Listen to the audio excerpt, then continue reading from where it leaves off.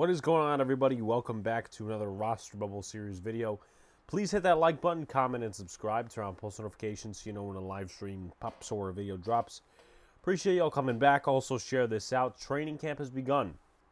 I've been sticking with you guys in terms of the series since minicamp, and I would appreciate a share out to different communities, different NFL fans, different Giant fans, different platforms.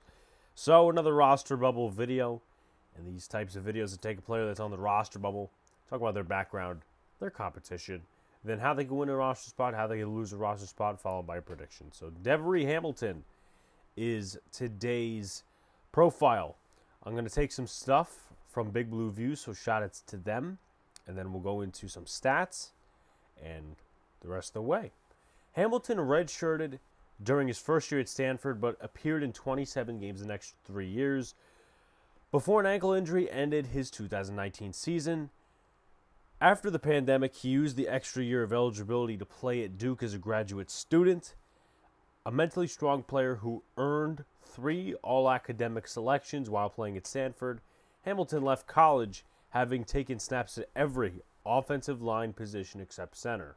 So some versatility there. If a couple of guys get injured, we'll get into that. The Raiders signed Hamilton as an undrafted free agent in 2021, but he stayed on the practice squad for only a month before being cut. The Giants signed him in October. He never saw the field with all the injuries. Some real statistics here in terms of games. That's the only statistics I have, Obviously redshirted first year at Stanford. The second year he played 11 games. He started 7 of them. Then the following year he was still at Stanford. Played 11 games, started 6. Then 2019, played 4 games, started 4. And then in 2020, different college this time around. It's Duke, who obviously, it's this way. Yeah, he's got the uniform of Duke on in this video. And then at Duke, played 11 games, started 11 games in 2020. And that was pretty much that. So what does his competition look like? In my opinion, it's going to be mostly tackles. But with that being said, we've seen a couple of guys go down during training camp before. And Jonathan Feliciano and other guys had to rest the other day due to heat exhaustion. So some guys got to step in. Jamil Douglas went in at center. So it's going to be interesting. It's going to be a very interesting training camp, especially for Devery Hamilton. He's been mostly the left tackle of the second team. Hasn't really played well against Ellerson Smith.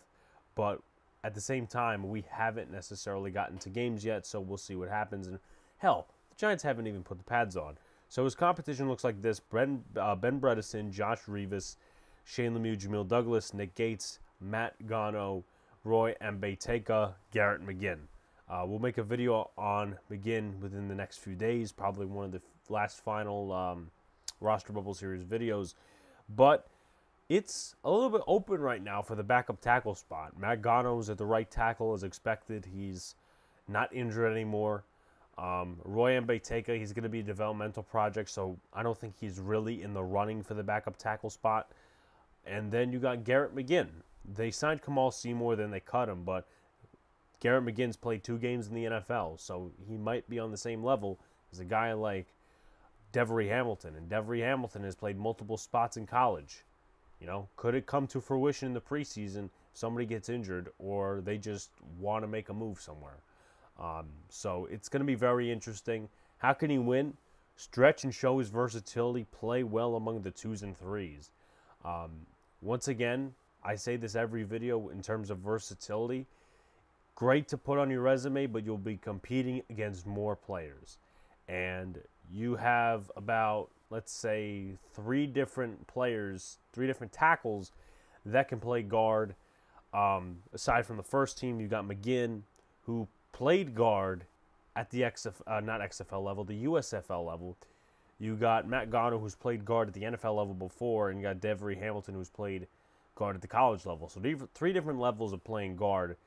Just as an extra because all of them are tackles. But show your versatility, play well among the 2s and 3s. How can he lose? Sinks in the depth chart, loses reps, gets beat by the younger cats, quite not in a good way. once again, it's an open thing right now because Matt Peart is not playing. He's on the PUP list. He's doing stuff on the side with Nick Gates and the trainers. So as of right now, it's an open competition. The Giants can't afford to do what they did last year. What did they do last year, you ask? They went out at the waiver wire and they traded for all types of guys. Ben Bredesen, they signed Matt Skora. They don't want to do that again, so they want to build from within, and especially in a rebuilding year. So if Devery Hamilton shows up in the preseason, he could be taking a spot. If he doesn't, he doesn't. Overall, I don't have him making the roster. I think, as mentioned before, Matt Gano is going to take one of the backup tackle spots. They may keep like 9 to 10 linemen this year because of the depth they have and because of what's happened in the past, but I just don't see Devery Hamilton sticking with the Giants. He could be on the practice squad, but we'll see what happens. Like, comment, and subscribe. Turn on post notifications so you know when a live stream pops or a video drops. Appreciate y'all coming back. Peace out, guys. See you later, and stay cool.